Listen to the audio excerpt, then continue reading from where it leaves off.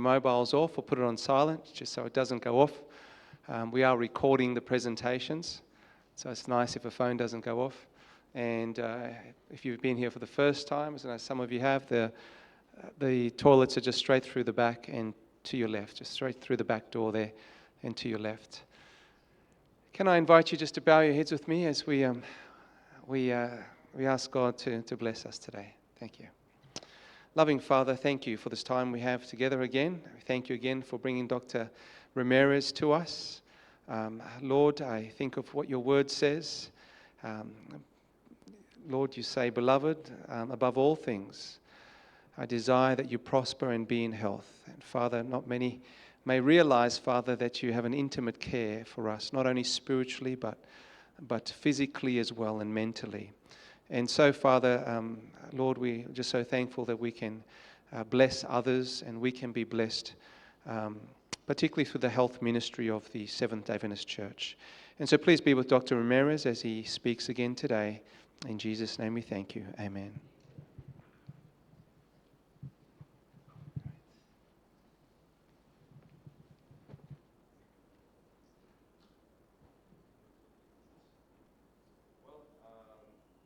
Let's see, the microphone working? Yeah, perfect. Today we have a very important topic. This topic, in my opinion, is one of the most important ones you are going to hear during the seminar. So I'm very glad that you guys are here because, as you will see, most diseases, the origin happen to be what we are going to be talking about today. As I told you, I was been traveling quite a bit earlier this year. If you can switch my screen there. Earlier this year, I was speaking in, I think it's not connected, in the Caribbean. I went to the north part of the Caribbean, and yeah, it was very nice. Those islands are very nice places, you know. They have wonderful weather and lots of good fruits and vegetables. And as part of the trip, I had an opportunity to go there and do some scuba diving. And it was very nice to go down there. Look who I was scuba diving with. Last time I heard, I don't think these animals are vegan. They were literally here, half a meter from me. You know, you can literally touch them, you know. And some of them actually came and, you know, came close to you, that you could feel them. They're hard, these creatures, you know. Very, very interesting place, you know. So, yeah, just a reminder, my research is found on that ResearchGate page, and there is that Twitter account. Most of the studies I show you, they're actually all in that Twitter account, so you can always go back and find them. Twitter has a very nice search feature in order to go and find these studies.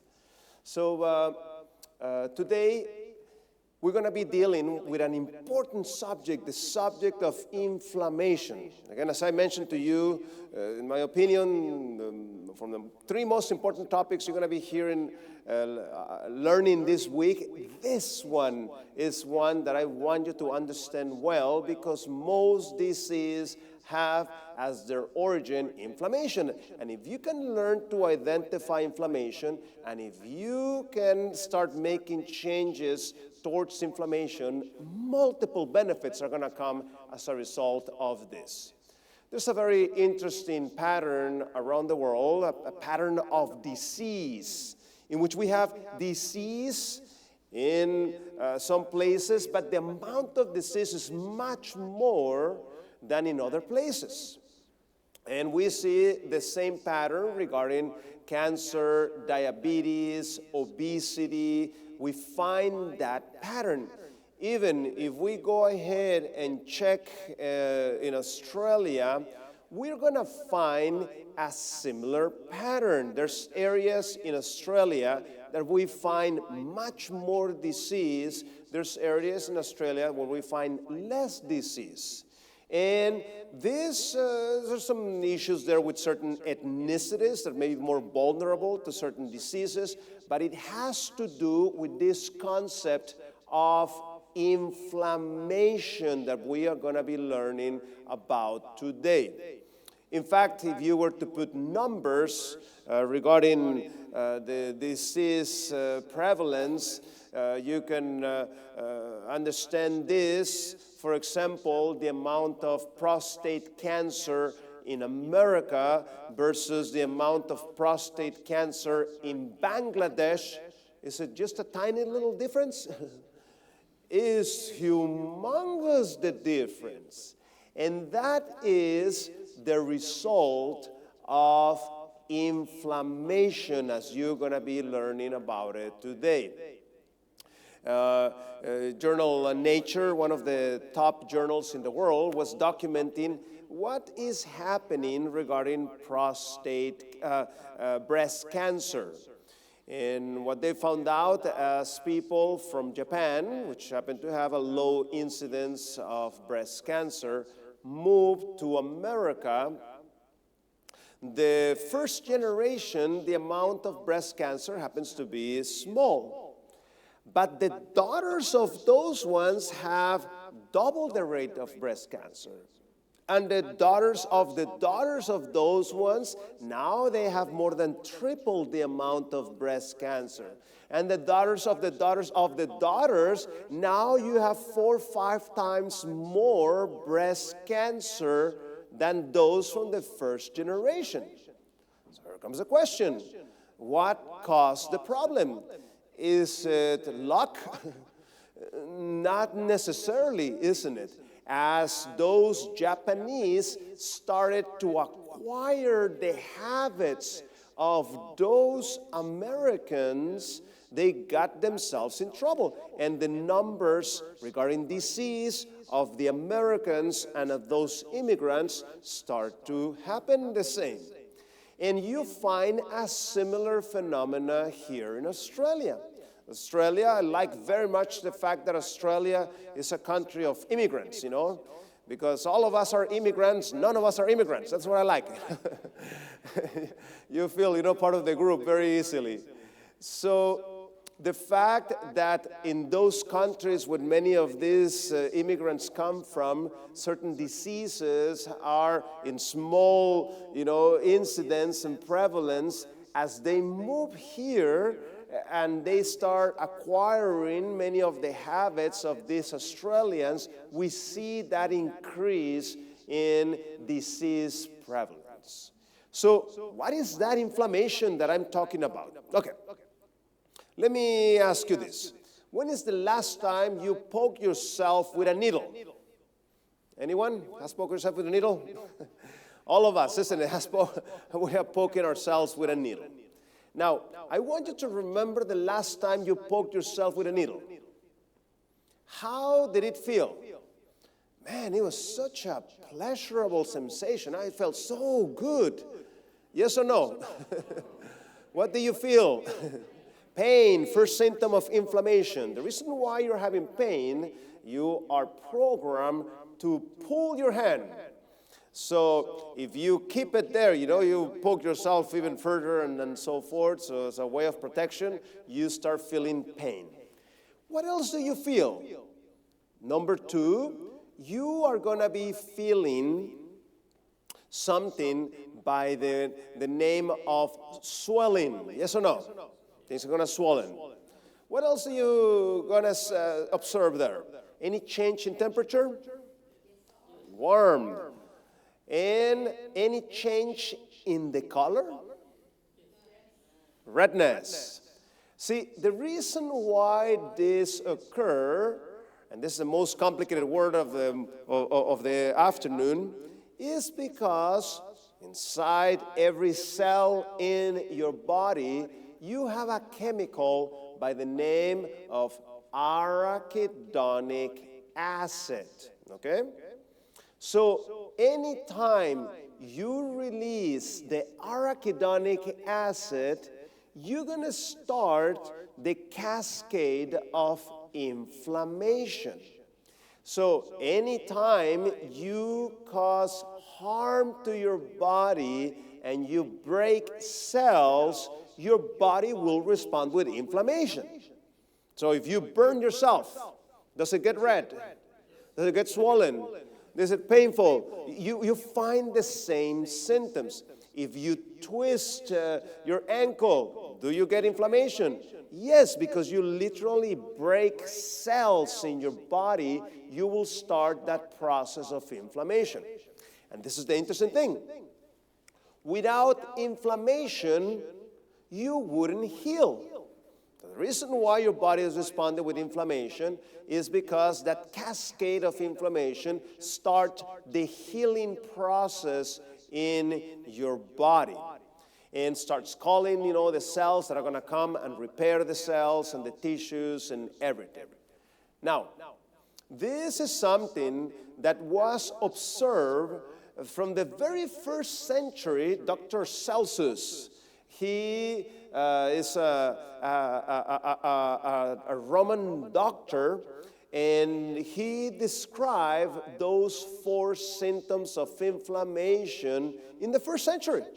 He observed that when somebody got injured, the body responded with his Latin words, calor, which is heat, dolor, which is pain, rubor, which is redness, and tumor, which means swelling. So these 4 symptoms of inflammation will occur anytime the body is injured. Now, a very wise physician from Germany started putting the 2 by 2 together. He realized that most of the sickness that he was seeing as a physician, from cancer to heart disease to multiple sclerosis to arthritis and so forth, he started putting the 2 by 2 together, and he realized that the origin of these problems happened to be, and here's the important word, chronic inflammation. See, chronic inflammation is different from acute short-term inflammation. For example, when you poke yourself with a needle, how many years it took to heal your finger? Years? No, isn't it? Hours, or if it's a little bit more severe, a few more days, okay? Once the body finishes the healing process, the body shuts down the process of inflammation and everything comes back to normal. But chronic inflammation is horrible for the body. Chronic inflammation is an inflammation that keeps on going and going and going and going and starts to destroy your body literally. And the body has a hard time stopping that chronic inflammation. So, if you see, why are people dying in Australia? Guess what we can pinpoint as a source of all of them? The answer starts with an I. Inflammation. So things such as heart disease, that's caused by inflammation. Things such as dementia, we'll be dealing with dementia later in the week, don't miss it. That's caused by inflammation. Things such as lung cancer or any cancer period, that's caused by inflammation. What about a stroke? Inflammation.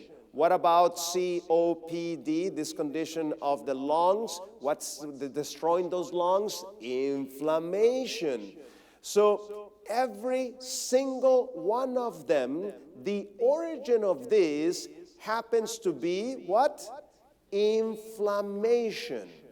So, have you ever seen that we doctors use a lot the ending itis? Oh, you have bronchitis, you have colitis, you have arthritis. Itis means, guess what? inflammation. So the problem is that if you have that itis and you don't solve that itis can transform the cells into something more nasty like a cancer. So before it was cancer, there was an itis going on there for long periods of time, and because the itis was not resolved, the cells started transitioning as cancer cells. Can you see why I'm telling you that this is such an important topic to understand? Because we can prevent many cancers by dealing with the itis side of things. In viral infections, and specifically COVID-19, guess what happened in what they trigger in the body? Anybody has a guess? Inflammation. So let's do mathematics, okay? Do you know who got in really big trouble with COVID-19? People that already had chronic inflammation. So if you already had that inflammation, let's do the mathematics. Inflammation plus inflammation equals what?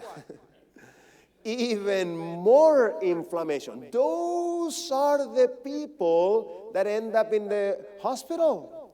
Those were the people, if that inflammation was actually not solved, that's actually what ended up killing somebody of COVID-19.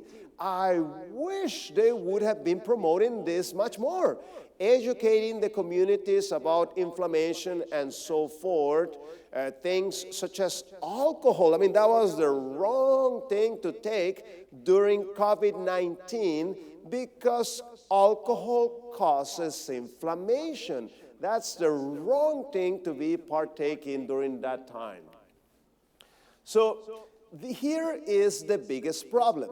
See, I have this book at home that is called Inflammation It's caused by your lifestyle, by the way you live. And that is what causes chronic disease. But here is the biggest problem with inflammation. What kind of link is it? What does it say there? It's a silent link. So when you have chronic inflammation, most of the times you don't have much symptoms. So you can have that chronic inflammation and you may think that, oh, everything is completely fine and so forth. And chronic inflammation is literally destroying your body. See, things that hurt us, things that bother us very much, these are the type of things we go and seek help from a doctor. But if it doesn't hurt, we think that everything is fine. Others, among some of the nebulous symptoms that chronic inflammation may give you include tiredness, You're not like tired to be in bed, but you don't have the energy you used to have. You're somewhere there in the middle. You're being able to, perform and so forth, but it's not the same. You know that something is not right there. Or mental fog, secondary to the fact that the performance of the brain cells literally get impaired when chronic inflammation is present. Therefore, you feel that condition that way. And some researchers say that inflammation is analogous to fire. Is it a good idea to play with fire? No. I one time almost burned my home. My mom was out, and I went to the kitchen. I was just idle, so I started playing with some matches, And then I thought that I had extinguished all the matches, and I took those matches and put them in the garbage can and walked out immediately to my room. By God's providence, my mom showed up there just a few minutes after, but the fireplace was on fire when she got there, and she was able to put out the fire and so forth. I'm telling you, it's not a good idea to play with fire. So that's why Time magazine calls inflammation what kind of killer? The secret killer.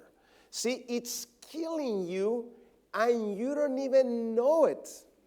That's the sad part with chronic inflammation.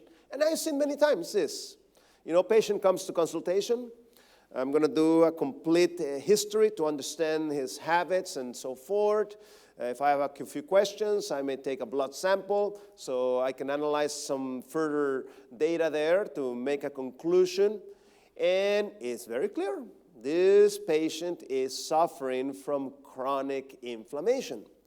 In a subgroup of those patients that I identify with chronic inflammation, as I go and try to reason with them, I tell them, look, you have chronic inflammation. We need to make some lifestyle changes and your habits and so forth. There's a subgroup of patients that are going to tell me, changes? I don't need to change anything. I feel good, But they don't realize that the secret killer is literally impairing their lives. And they call it the fires inside of you that are literally shortening and destroying your life. So I like to explain the inflammation to my patients this way.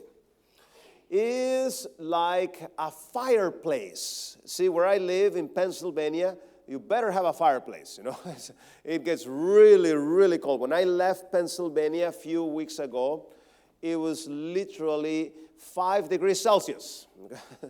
So you cannot operate, like that. You need to have some sort of heat there to survive and so forth.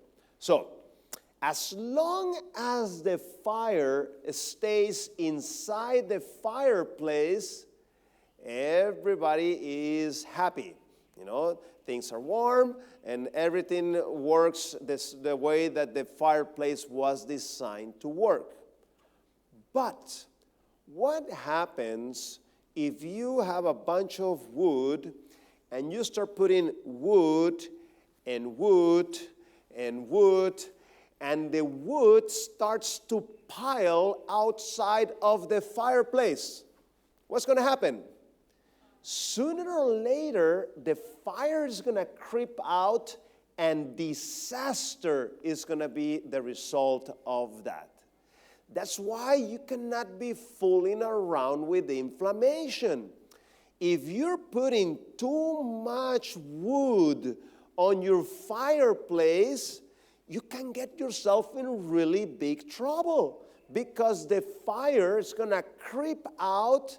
And I'm telling you, disaster is going to be the result of that. So, what are some of the most common sources of inflammation in our midst? Cigarette smoking, tremendously inflammatory. I was just in Romania. Lots of people smoking all over the place there in the Eastern Europe areas. Sadly, this is also a very bad custom in many Asian countries. You go to many of these Asian countries, you see lots of smoking and so forth. I'm very glad that smoking is so expensive here in Australia. Kind of discourages people to start the habit. We'll come back to that a little bit more on smoking in a minute. Alcohol, any form of alcohol is tremendously inflammatory. Beware, not because everybody's doing it, that doesn't mean it's good for you. Watch out, okay? There's some things that are very culturally, acceptable and done may not necessarily be the best things for you. What other things? You can prove this on a laboratory. Find your favorite alcoholic beverage. Let's say beer. You take the beer and you paint that beer on the skin of the mouse every day. And after a couple of months, you're going to see a cancerous tumor. Why is that? Because of what? The answer starts with an I. Inflammation. You created inflammation, unopposed inflammation. That inflammation kept going on there. It changed the cells, and those cells started becoming cancerous cells. Another thing that is inflammatory is too much sunlight. Beware, Australians. You guys have too much sun here, you know. Sunlight is wonderful. Sunlight is a blessing, but too much of it is not good for you. Now, how do you know you got too much sunlight? Is it red? Is it painful? Is it swollen? Can you see the classic symptoms of inflammation there? Beware, you know, get sunlight, but not too much. So you have to find, you know, ways to protect yourself. In fact, ladies, I'm going to change your beauty routine forever. Let me show you this interesting study. This lady is 92 years old. She was using sunblock in her face, but she was not using sunblock in her neck. What happened to her? The answer starts with an I. Inflammation. See, she was able to stop, you know, the inflammatory effects of the sunlight in the face, but not in the neck. And that's why it ended up causing that. So don't forget, you know, to apply that sunblock in the areas where you're going to be exposing yourself to the sunlight in excess. Another thing that is here in Australia, a super common source of chronic inflammation happen to be animal products, anything that comes from animals. Why is that? Think about it. What did we say caused the inflammation? The cell broke and it released what? Arachidonic acid, we said. Okay. When you're eating, for example, a piece of chicken, what are you eating? You're eating the cells of the chicken, yes or no? Okay. What's inside the cells of the chicken? Arachidonic acid. So you don't necessarily need to twist your ankle, burn your hand, poke your finger. The fact that you are eating excess arachidonic acid, you start the cascade of inflammation. It's just the way that it works. And that's not, you know, the wisest thing to do. Another thing that is causing inflammation is excess body weight. And excess body weight causes inflammation through two things. Number one, the fact that the fat cells are very unstable cells. It's very easy to break fat cells.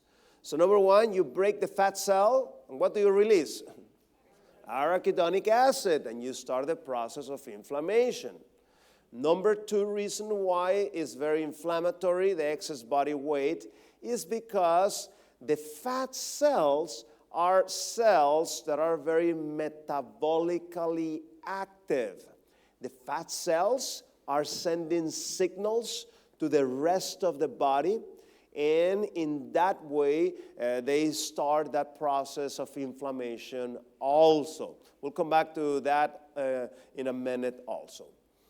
And something that is very worrisome, we'll talk more about it in the second part, are cells that we can generate through inflammation called the zombie cells. In the second part of the lecture, we'll be dealing more with these zombie cells.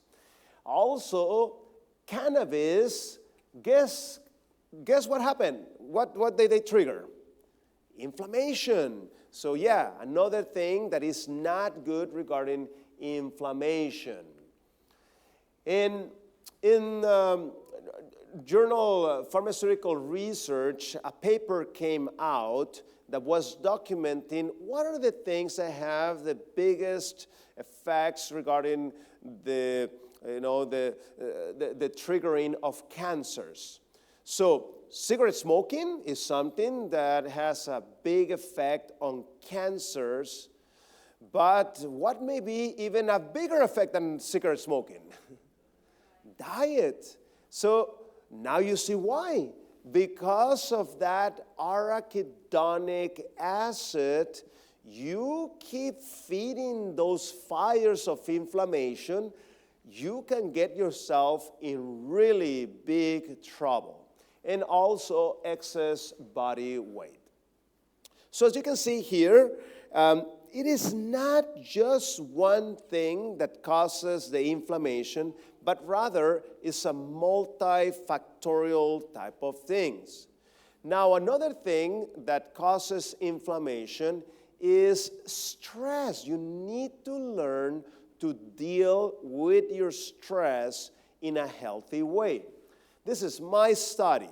I had a big sample. I had in my study 6,795 people.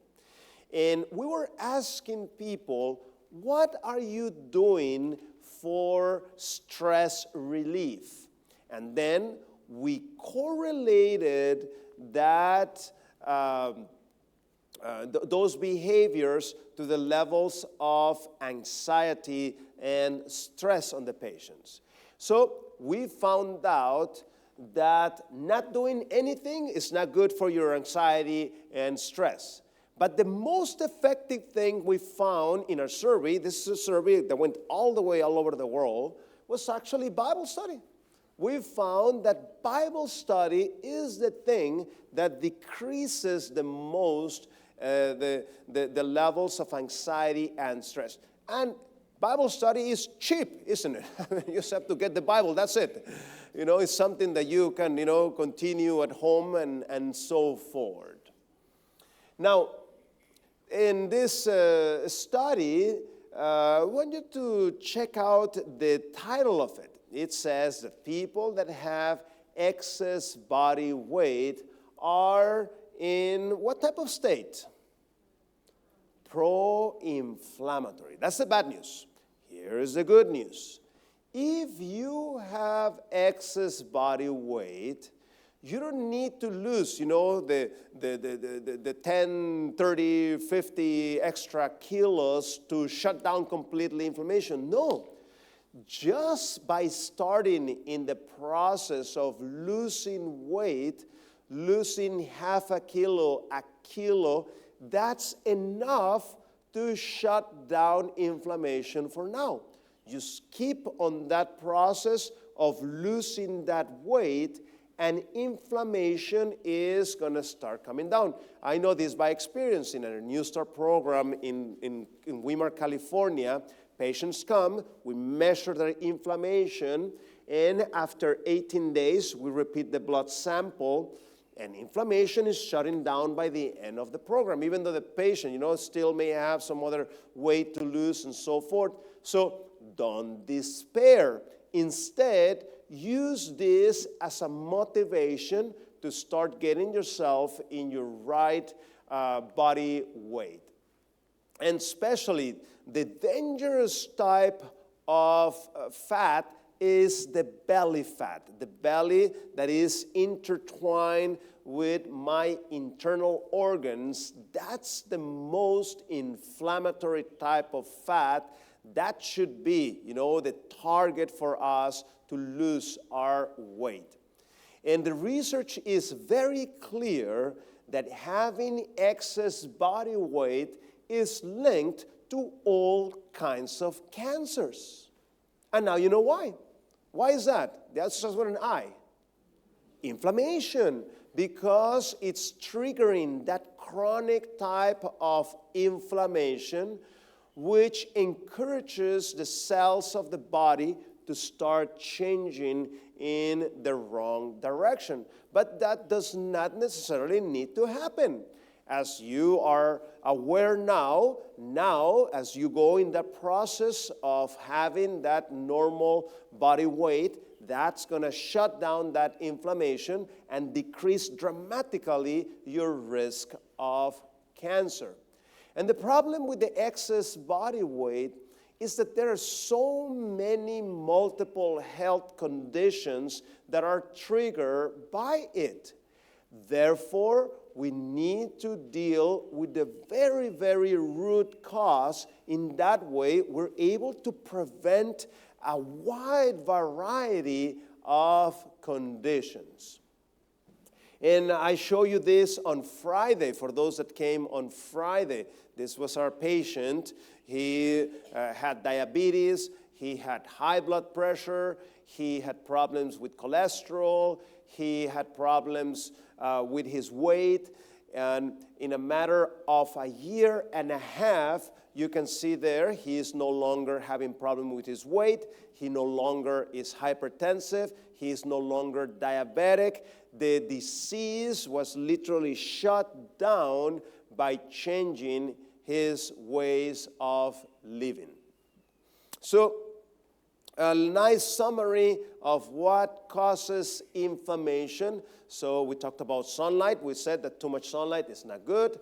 We talked about stress, cigarette smoking, viruses. You know, a very common type of problem here in the Western world, specifically also Australia, happens to be cervical uterine cancer. That cancer is not caused by bad luck. That cancer is caused by a virus by the name of human papillomavirus.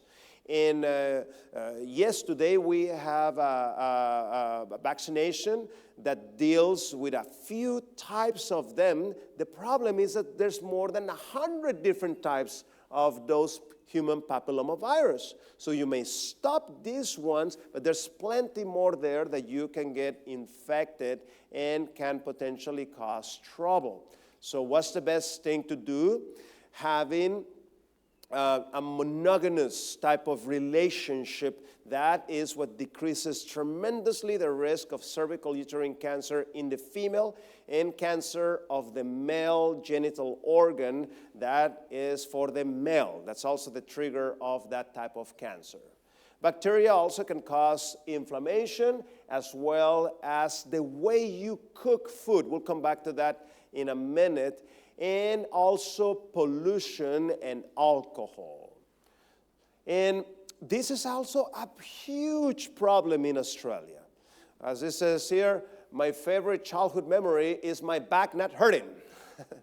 This is such a common problem here in Australia. And guess what's the origin of this? Inflammation.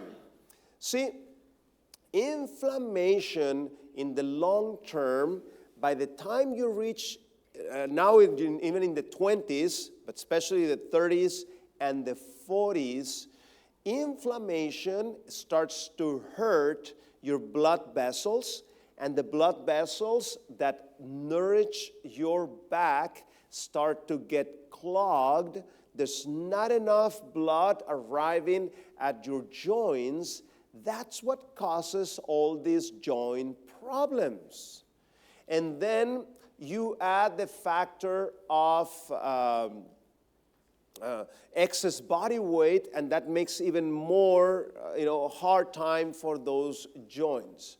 So sugar, we know, is very inflammatory. Anything that is processed is very inflammatory. So you can see here, the more weight the person has, the higher the risk of ending up with that osteoarthritis, that painful joints and so forth. And this is what happened. There's usually a nice, healthy space between each joint. As the weight increases, you start decreasing that space, and you add to that factor inflammation. Inflammation, what it does, it literally starts to destroy your cartilage, and instead of being the cartilage nice and smooth, now you have these peaks and valleys, and that's the reason why the person moves the joint and crack, crack, crack, starts hearing that and so forth. Every time they take the step, they feel the pain and so forth, due to the fact that that space that should be there is no longer there. So, with the change of lifestyle, what you help this with, number one, you start decreasing the body weight, then the joint can start increasing, that space, which starts helping quite a bit, and you can literally stop the destruction of that cartilage. So as you can see, it's not just one thing. Many times we would like, okay, doctor, just give me the pill and, let's get it over with. It doesn't work like that. What we need to do, we need to identify what could be the potential problem, and then we can start making the changes regarding inflammation. Another source of inflammation happens to be coffee. Not because everybody is doing it, that doesn't mean it's good for you.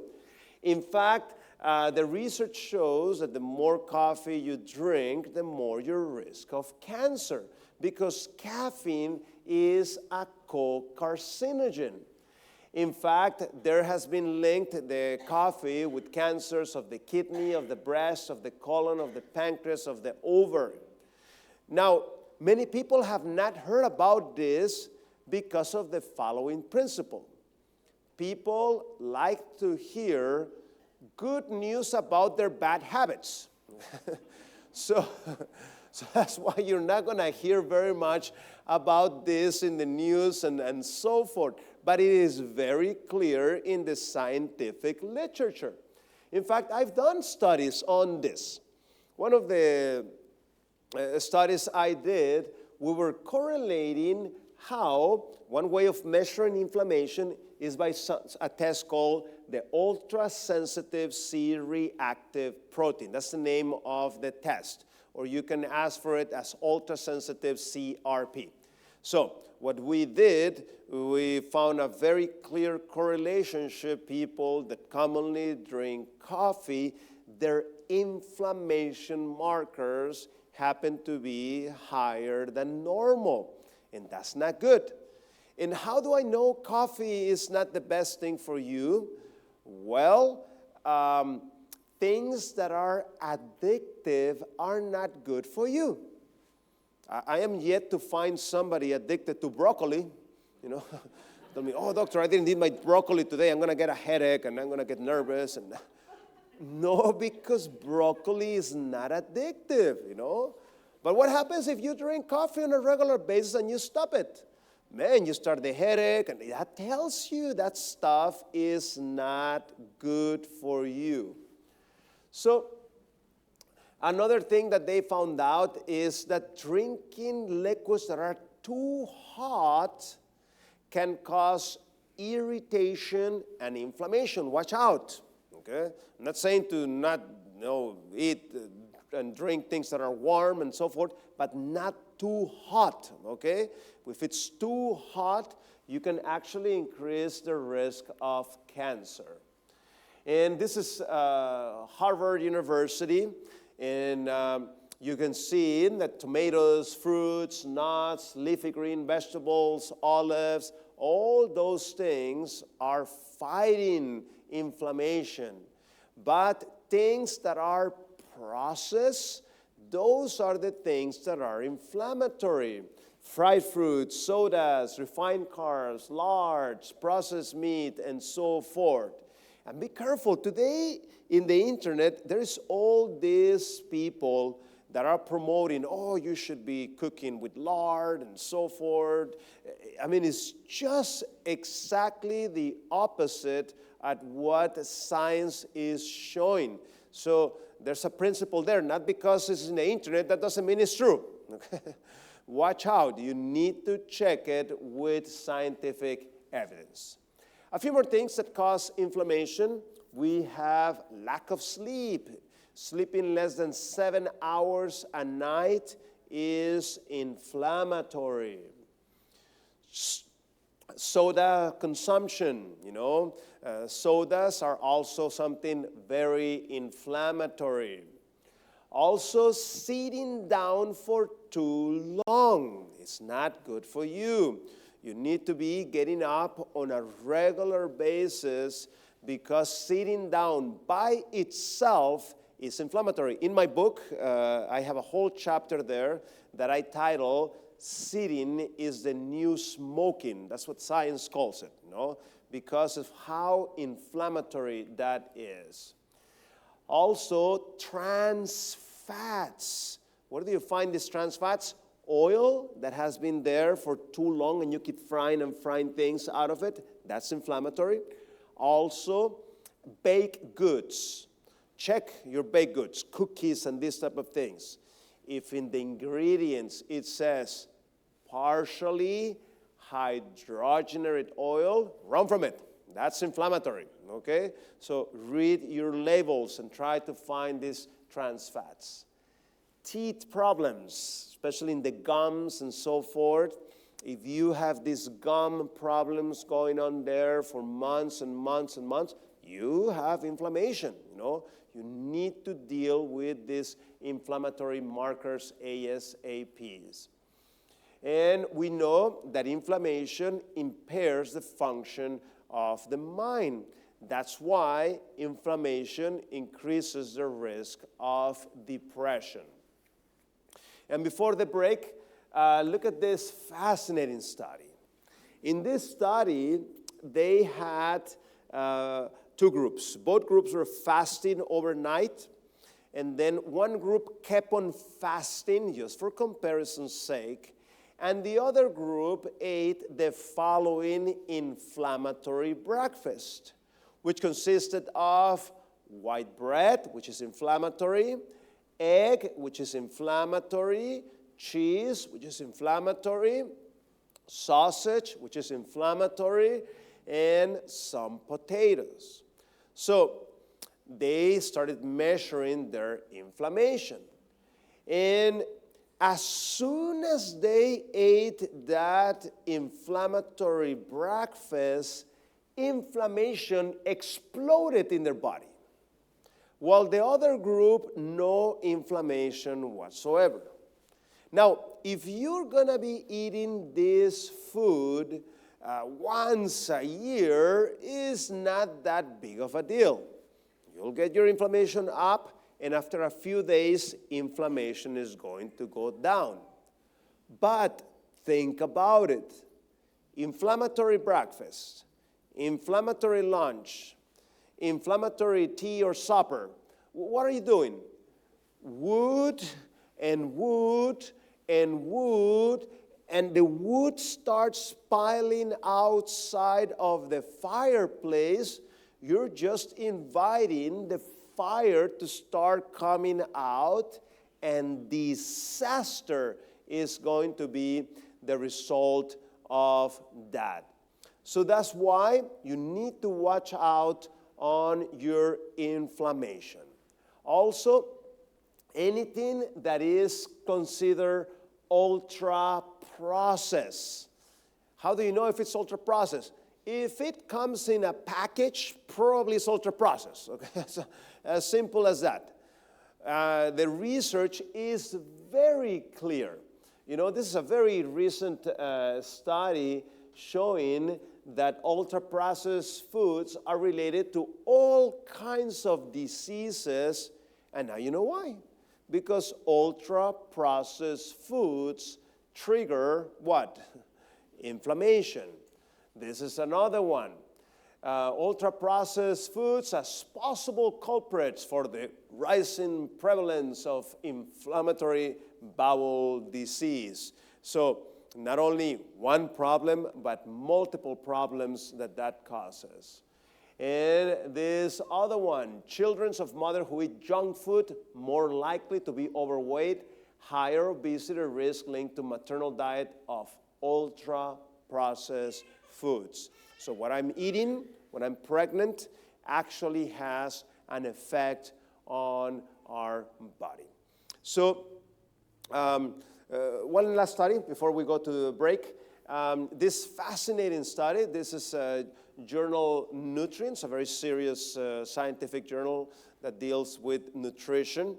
And look at this. Consumption of meat and other animal products, as I told you, any animal product is inflammatory, is strongly linked to several types of cancer. We know that the association between animal product consumption as cancer is as strong as that tobacco and cancer. So we know tobacco causes cancer. We know animal product consumption causes cancer. And now you know why. The answer starts with an I. What is it? Inflammation.